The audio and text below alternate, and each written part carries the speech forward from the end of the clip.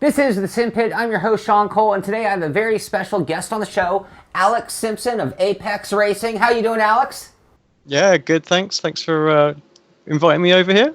And for those of you out there who don't know, Alex is one of the premier sim racers out there. But even more importantly, or even almost unique, he's one of those people who's always giving back to the community in a lot of different ways. I've run a lot of your setups because I've found them in the forums. You just make them available. He's had a racing team that's one of the dominant premier racing teams out there. It's transferred into the Apex Racing Academy where he's training drivers, getting them up to speed. And there are a lot of things to talk to him about when it comes to being a faster, better sim racer. So again, welcome to the show, Alex. How are you doing today? Yeah, good. Busy day. But yeah, a lot of fun. So just been down to Pro Sim. We were doing some testing there with Graham and the Virgin Formula E guys. So it's been an exciting day. And that's something I definitely want to talk about today. But before we get too deep into that kind of stuff, give me a little quick, brief history on your sim racing career. How long you've been doing it, and how'd you get started in it, all that kind of stuff. Yeah, sim racing not really that long. I'm a big F1 fan, so when the Codemasters F1 game came out, I was all over that. There hadn't been anything for a little while. I jumped in a few community rooms, and of course they were rubbish, as you could imagine. They were 3-lap sprint races, getting taken out the first corner every single time, and thought, well, there must be something better out there. And I went on the hunt for like a league or a championship or something like that to do, and stumbled across a website called the Apex Racing League, and I just got involved from there and loved being, taking part of like an organized event. Even though it was only on the PlayStation, it sort of got me hooked, and one thing led to another, and before you know it, here we are with on iRacing and all the other sims that are out there as well, with far too much equipment wrapped around me right now.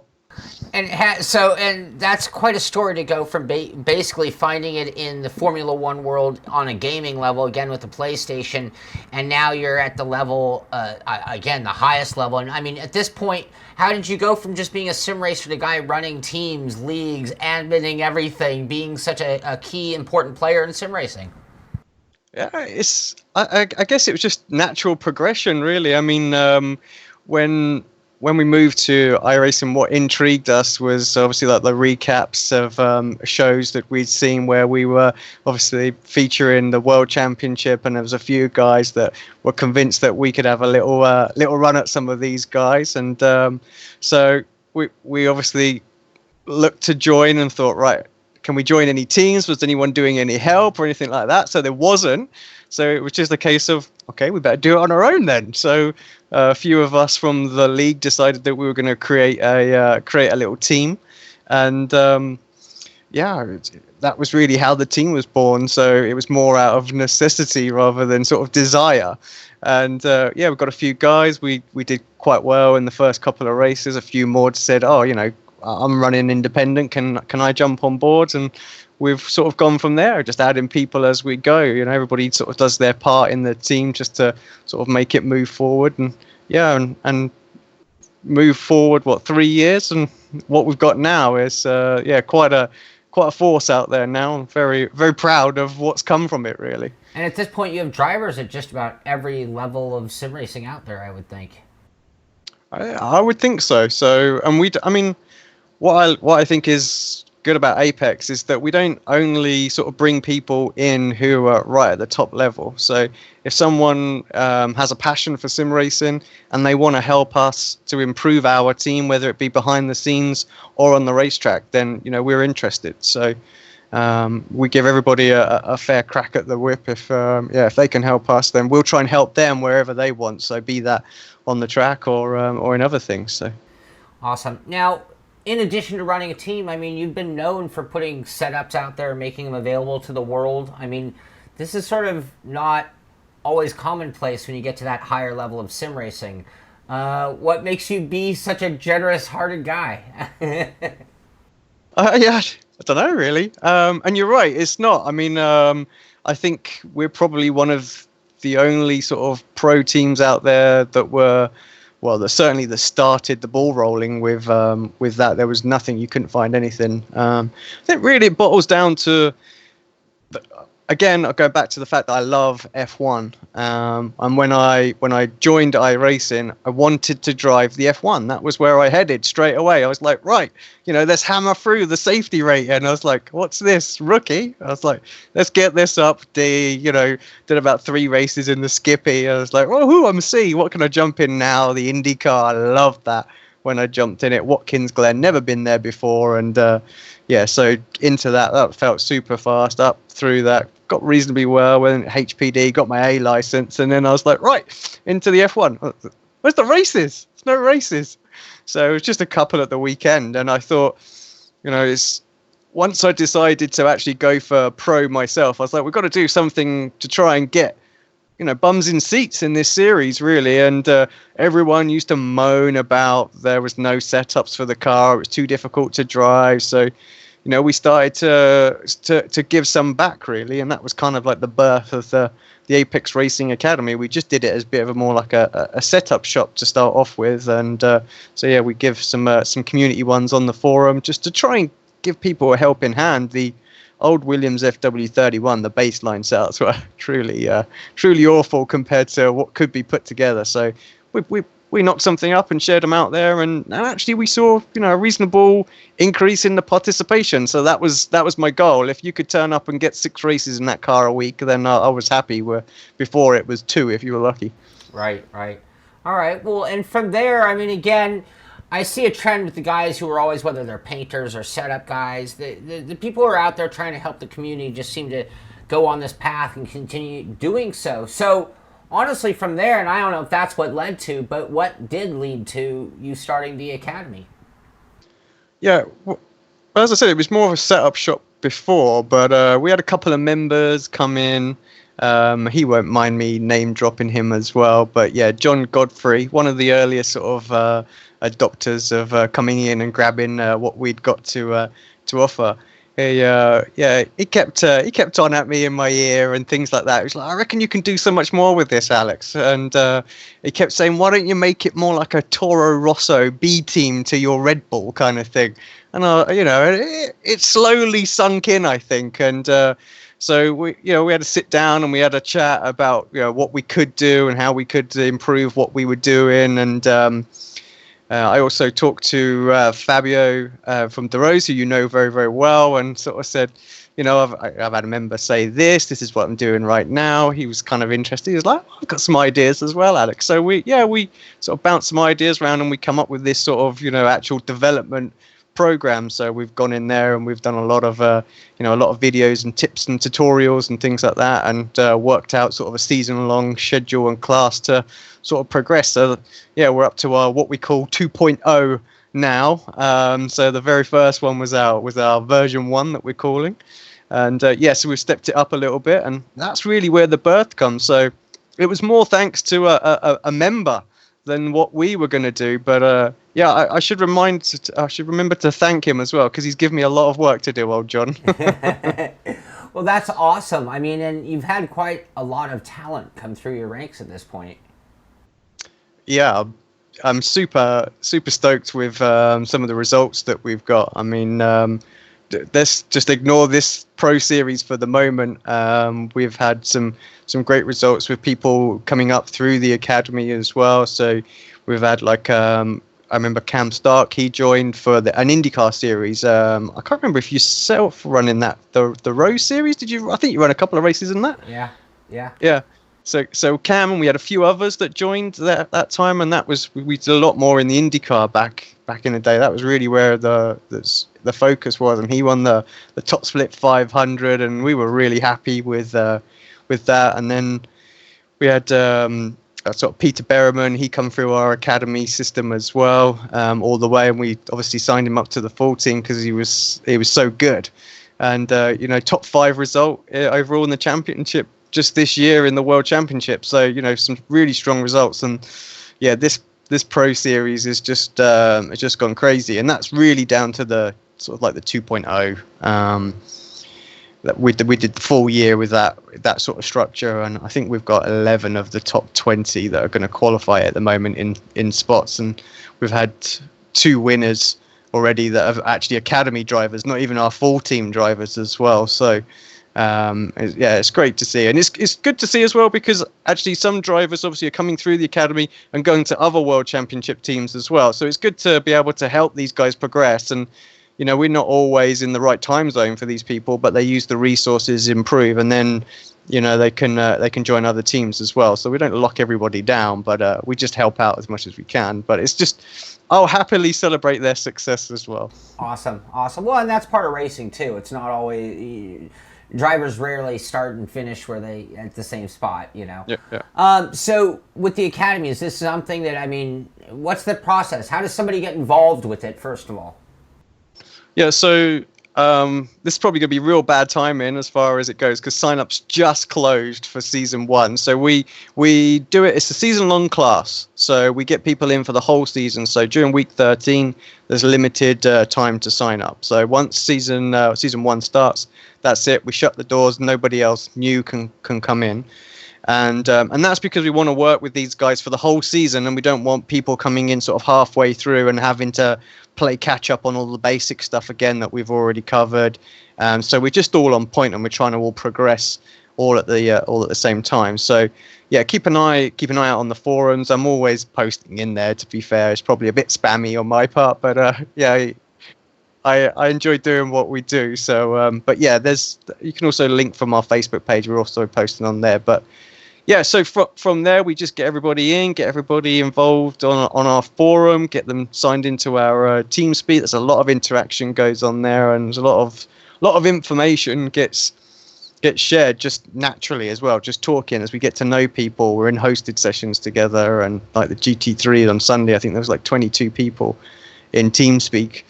Just all in there having a bit of a laugh and sharing information. So just naturally find things as well as our input, and then we have like a structured process to how we do our weeks, how we test, and that's kind of exactly the same process that our World Championship team use to train for WCS races. So we put the guys through that, and hopefully the season-long progression of going through all that, sharing information, teaching them how to tweak a car to their own driving style, they come away with finding, that extra second or so on track.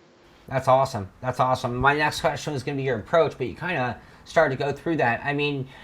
Without going into great definition, what are like the different areas of focus that you really look at when trying to get a driver to move along and gain lap time, or lose lap time or gain speed?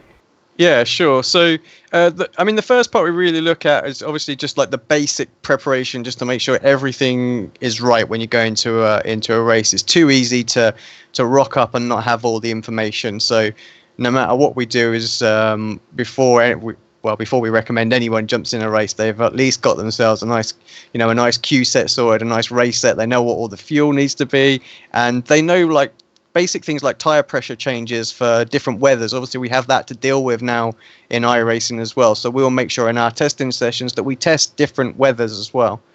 And then because it's very difficult with the dynamic weather that we've got now to actually to test one-on-one against somebody with like data and things like that, all of our hosted sessions are fixed weather, but it's it follows a certain pattern. So it'll be roughly what you're going to be racing with, give or take a few degrees here or there, or the cloud cover might be slightly different. So all the guys can then test, can analyze their Motec or iSpeed or VRS. We use all of them. I think we're even going to start to use iAnalyze as well. So all of those guys get a fair shout in the academies. There's always someone saying, "Oh, do you use this software?" And we just tend to add a little team up in that and just start sharing it in there as well. So we have a Q&A session once a week as well that the drivers can sort of grab our pro drivers, and they can sort of say, "Can you just take a quick look at my lap," or something like that, see what I'm doing wrong. So then we'll study, and then we'll have a quick look at the data just to see what's going wrong there, and just give them a little bit of feedback here and there. And that's usually what finds them the time. So the whole the whole thing of all the proper testing, and then obviously that little bit of feedback makes all the difference. Right. Okay. I have so many directions, so many things to talk to you about. So just to kind of put a close on the academy, or just on this part of our conversation, when you get a real rookie driver, is there like one major mistake you think that is just like the first mistake made by most people who are new to the sport? Yeah, I would say there's probably two that are very common. The first is far too much steering lock on. It's a huge thing, and then of course they have that horrible habit of having snap oversteer when they come out of corners, because they get to the point where actually they've got the right amount of lock, and suddenly the tires bite. So yeah, that's very easy. I often see that. My remedy for that is actually to tell them to go oval racing, because that's the best way to cure that. It's so easy to figure that out on ovals compared to road. And the other is just over braking. It's far too late into the corners, hammering the brakes. They get the car to stop. They make the apex, but unfortunately they've cooked the tires doing it, and you just don't have enough grip available then for the actual for the apex. So you're just going far slower than you need to through the corners. So yeah, those are the two things that I keep a watchful eye out on the start of a season, see if people are doing that. And yeah, it's quite a common mistake. Thank you. I think everybody else will appreciate that. Those are great tips. So, okay, moving from the academy, let's talk about somebody you work with directly, Graham Carroll, and this Formula Visa Vegas Erace coming up. That this guy's got a shot at $200,000 for a sim race. Crazy. So, what's it been like working with Graham? Yeah, well, Graham's an exceptional talent. I want to also say here as well is we've got two drivers in it as well. We've got Patrik Holzmann as well. So both of them very quick. But yeah, Graham really has stepped it up for this series. I mean, winning that first race has just opened up so much for him as well. The Visa guys obviously have helped. Flew him over to Marrakesh, and he had that little test race in the Formula E. He's been so busy; it's been crazy just trying to get in touch with him. He's flying here, there, and everywhere at the moment. So, but yeah, amazing talent. Everything is crossed for my two guys when it comes to Vegas. Fingers, legs, toes, you name it. I'm wishing them all the best. But yeah, Graham, even in real life driving, when he first joined the team, it wasn't long after he joined that we went to watch him in the Formula Ford the Walter Hayes Trophy, and of course he won that year that we were there. So that was a nice little first time I met him really.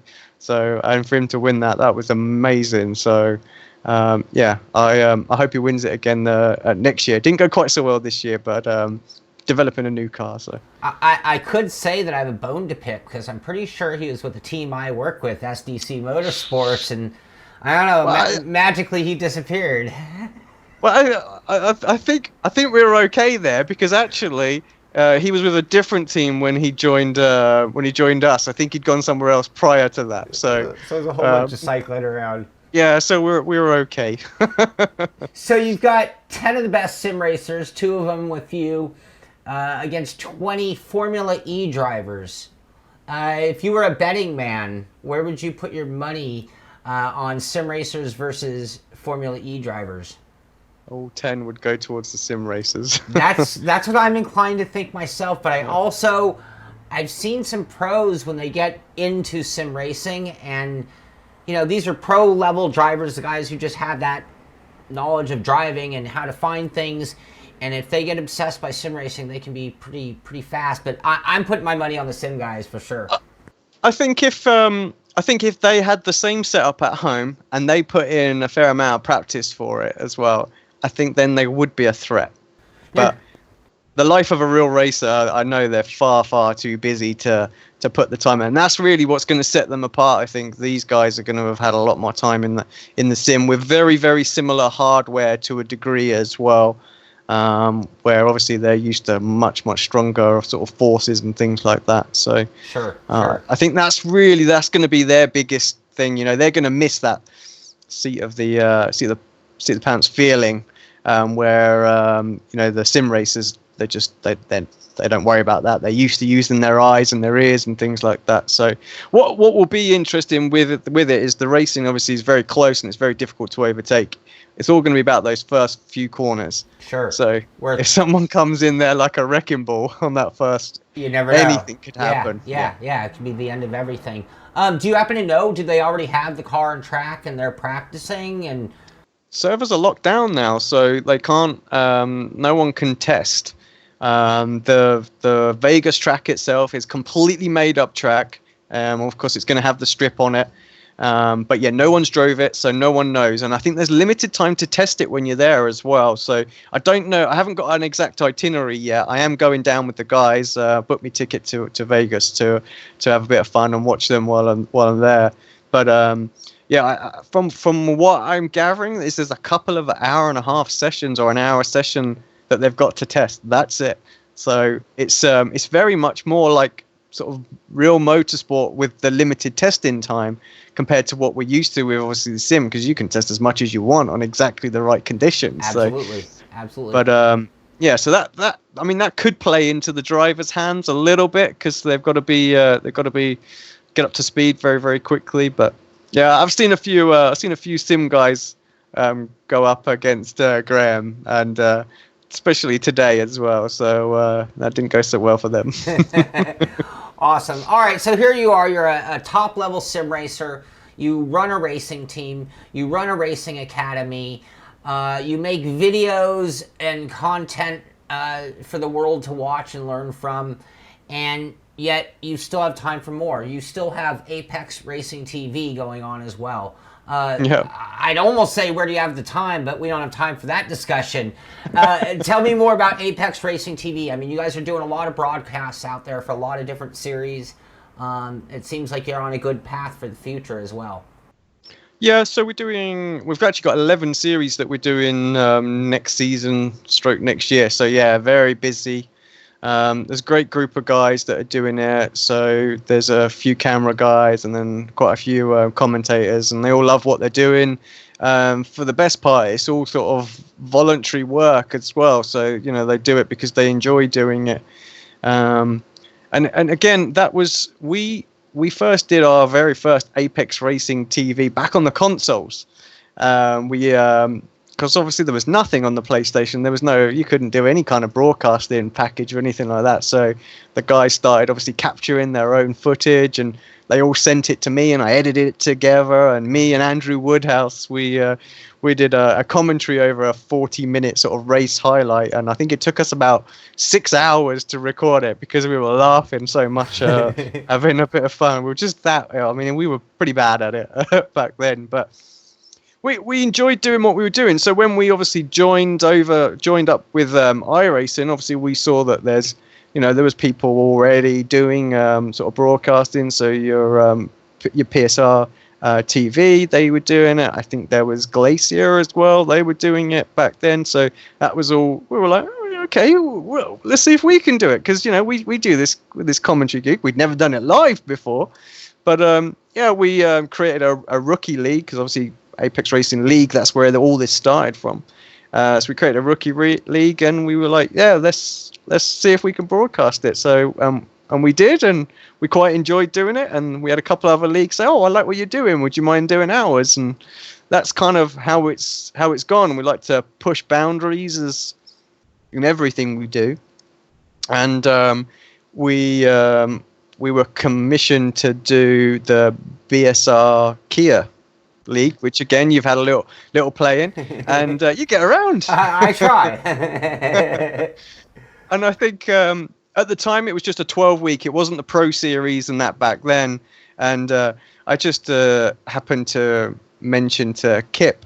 We were just talking after one of the races, and I said, how about, have you not thought about trying to do this, going big with this, 10 grand or something like that? So let's try and offer up the same sort of prize money that we get from iRacing. And he was like, yeah, we could do. And we crunched some figures, and we said, oh, we'd have to do this. And he said, well, let's try it, guys. Let's go for it. Next year we'll do it. So so he pushed on with that, and one of the members, Jay Wright, which we really have to thank. he happened to have a friend that worked at Motors TV and just happened to drop him a little cheeky email saying, look, we do this. This is what we do. You know, sent him a little short snippet and said, how about maybe we producing it as a show for you guys to put on actual TV? And he come back, snapped, you know, literally bit our arm off. He was like, yes, let's have it. And yeah, the rest is history, really. So, and again, we're going to put it together for sort of 2017.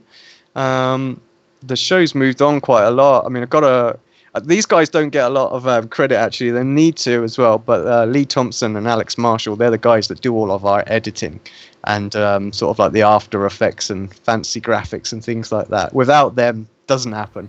And that's so grueling amount of hours to do editing work, you know. Absolutely. Yeah, absolutely. So, but Alex is a professional, so he made sure we captured all the footage in it just the right way, and so we've all got separate audio and all got separate video, and it all gets merged together and edited. So they make themselves have a lot of hard work, but the end result is brilliant. So much so that the Jinx Esport TV also got in touch, and we sort of said, look, well, we have this as well. It's esports, and they were like, send them all over. We want them all. So, wow. And they love what they're getting right now. They've had lots of positive results on their social media pages and things like that as well. I was just talking to one of their guys, and I sort of said, well, how about we do something dedicated for you guys? And this is where the Formula Renault BSR series that, you know, you did a little video about the other day. That's really where that come from, was just because Jinx wanted something a bit, you know, dedicated to them to do, and so that's the story behind that. And we thought, well, we'll go even bigger with that and see what we can do. And it's great that we've got a load of sponsors come on board for that series, and so to get a 20k pot on the prize money and a good, well, I mean, it's at 5 now, I think, for the hardware, but that's still growing as well. So, which is awesome. Yeah, and just a little correction there. I did get that wrong. It's 20k in euro. Pounds. Yeah, pounds, which is like 25,000 USD. I call it 20,000 USD. So, little clarification there. Even more money at stake. That's awesome. That's so many cool things going on, and just, I mean, this is something that I've seen more in 2016 leading into 2017 than ever before in sim racing, but it's really grown up, and we're at this point where a lot of different people are starting to look at it as legitimate racing, legitimate competition, legitimate gaming competition, and the money is starting to be out there for prizes and for it to be a legitimate esport, really. Well, I had a conversation with someone about esports and sort of sim racing, and I was we obviously spoke to yourself about it as well. That once the mindset shifts, that, you know, the sim racers their goal is to try and get into a real car. Once that shift changes to, it's like, I don't want to get in a real car, I want to race in sim racing. That's when we're going to see major changes and more competitions like this Vegas event. I tell you, that's gonna shift things very, very quickly. And it's like Graham told me, he goes, nowhere in this country so can he sign up to a race an event and get themselves a potential $200,000 prize. Not in real racing. It might cost them $200,000 and they get nothing in return. But so if there's more progression like that, then I think we could see a major shift. So some of the young drivers coming through, it won't be about wanting to get into karting and things like that, because actually they can go this other path that's going to cost them far less money, and they can actually earn far more out of it as well. So I would love to see that shift. That would be like, that would be like a little dream come true. I'm sure I'll be too old to be competing in it then, and the reactions will have slowed down, but as long as Apex is still around and pushing the guys through, I'll be happy. Sure, you'll still be the team leader in that case. Well, I haven't even touched the surface of how much I could talk to you about, because I'd like to talk to you about aspects of racing, mental aspects of racing, all sorts of things. But I think we'll save some of that for another day, another time. Before I let you go, the one thing I have to ask, because people are going to want to know, what's your equipment when you're driving? What are you looking at? What's your setup? all about? Yep. So I'm on a JCL rig at the moment, and I've got three 27-inch 144 hertz monitors. I did try Oculus, but I have to say I did switch back. Maybe the next version. Currently, I've got some Fanatic CSR Elite pedals. I'm really funny when it comes to pedals. It took me years to get rid of my G27s with a Nixon pedal mod on there. I love those pedals. And it was only because I was going through the pots so quickly that I ended up swapping. So, but yeah, so the Fanatics now. Right this second, I have a Club Sport wheel attached purely because my Bodner V1 is a way to be upgraded to a V2. So I'm just...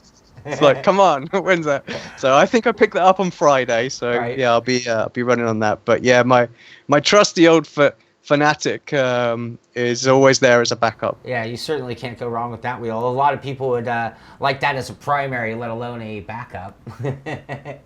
Well, Alex, thank you so much. Like I said, I could talk to you a lot about details. Like you said, you've done some work with Fabio of DeRose, and I could talk to you about that. I could talk so much, and just that you're a upper echelon driver and an instructor, I think there's so much that I could pick your brain for. But I think I'll bring you, if you don't mind, come back on the show again, and we'll talk about some of that stuff. So yeah, sounds good. Awesome. Thank you so much for joining us today, and we'll talk to you soon. Thank you. See you guys. So there you have it. Alex Simpson of Apex Racing, one of those super generous souls of sim racing, who's always out there really not only trying to be better himself, but be better and get everybody else faster as well. I hope you enjoyed this interview. This is the Simpit. I'm Shaun Cole, and I'll see you on the track.